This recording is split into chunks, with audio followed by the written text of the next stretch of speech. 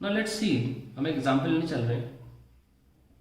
Suppose मेरे पास ये coil है और ये मैग्नेटिक फील्ड में रखी हुई।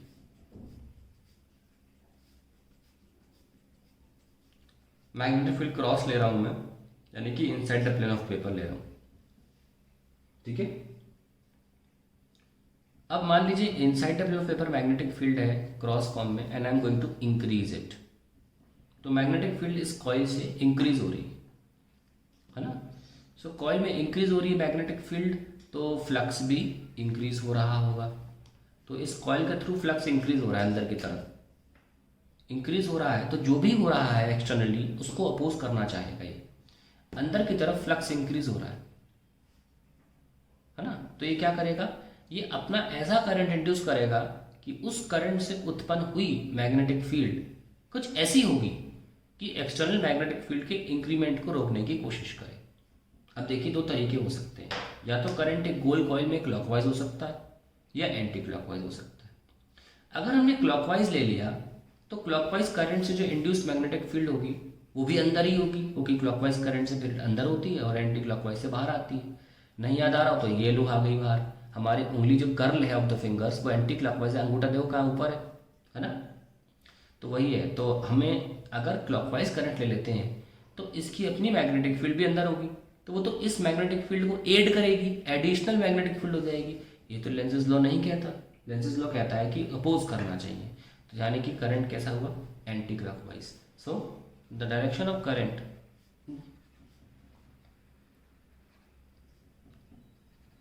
would be anti-clockwise, as magnetic flux due to it would be outward, and hence will oppose the increment of external inward magnetic field। External भी और इनवर्ड है ना, इनवर्ड मैग्नेटिक फील्ड। चलिए अब एक और चीज करते हैं इसी में।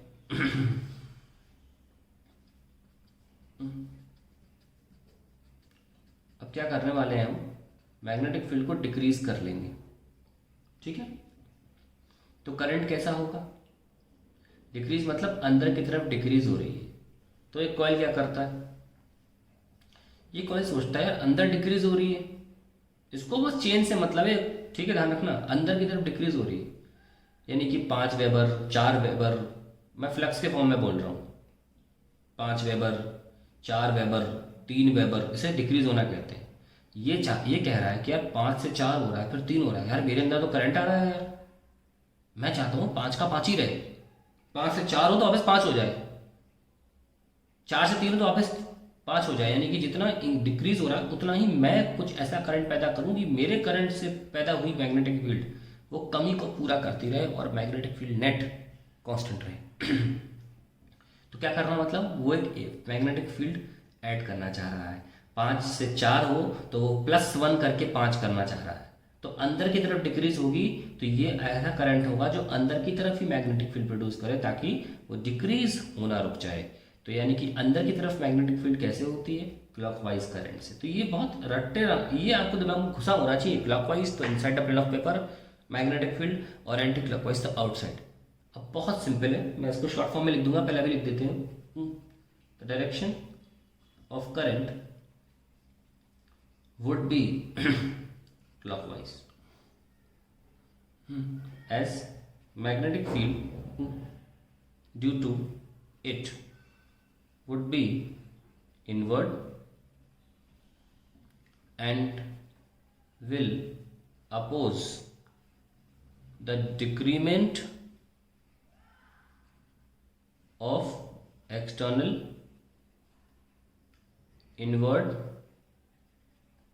magnetic flux, या फील्ड भी बोल सकते हैं, कोई फर्क नहीं पड़ता, फ्लक्स से समझा लो चाहे फील्ड से।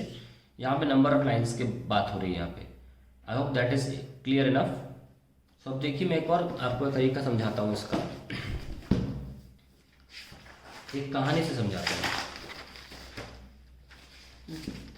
अल्टीमेटली हो क्या रहा है, स्टेप्स में समझते हैं, क्योंकि देखिए कॉम्प्लेक्स हो जाता है, ये इतने सिंपल केसेस लिए हैं, कॉम्प्लेक्स भी हो जाता है। स्टेप 1 समझते हैं। सबसे पहले स्टेप 1 क्या है, identify direction of external magnetic field.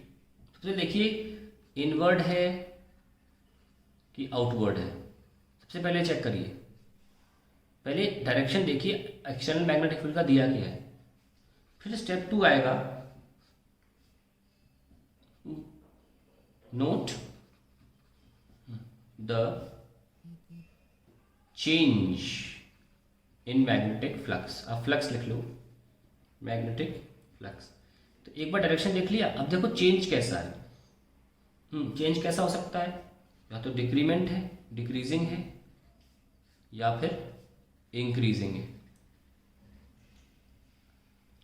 ये दोनों प्रकार के चेंज हो सकते हैं। तो step 3 will be the final answer step.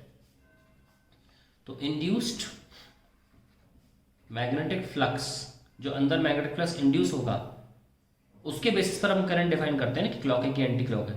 तो induced magnetic flux in case of decreasing, will be in same direction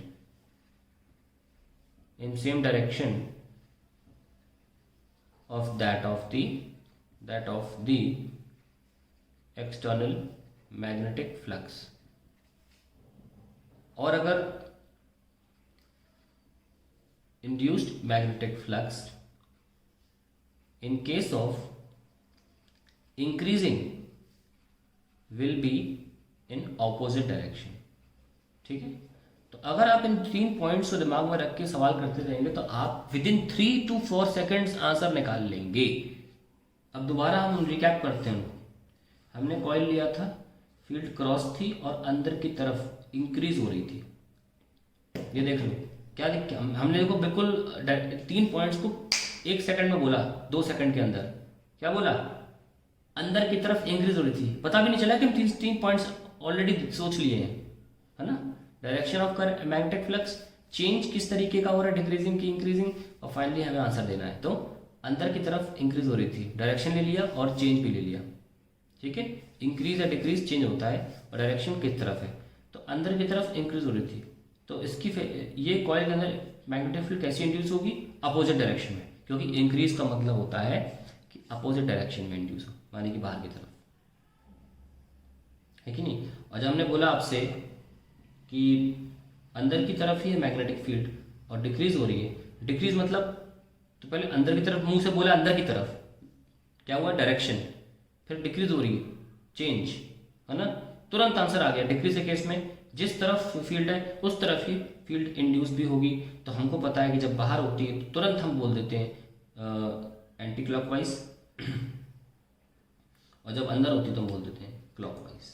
बस इतना ही आपको करना है, ये 3 पॉइंट्स को दिमाग में रखिएगा।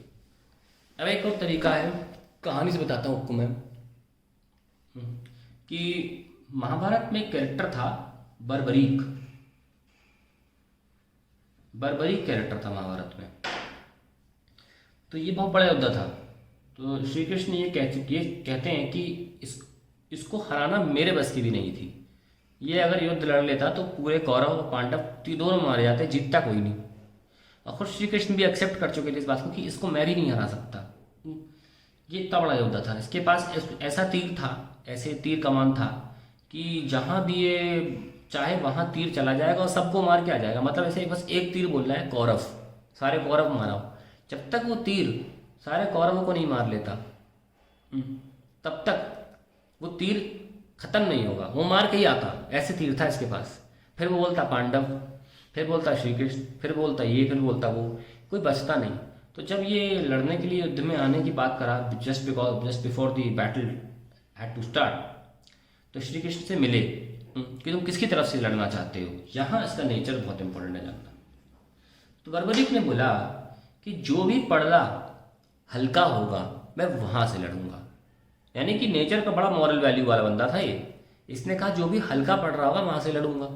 तो कृष्ण को लगा कि ये तो इससे तो सारे कौरव पांडव दोनों मर जाएंगे।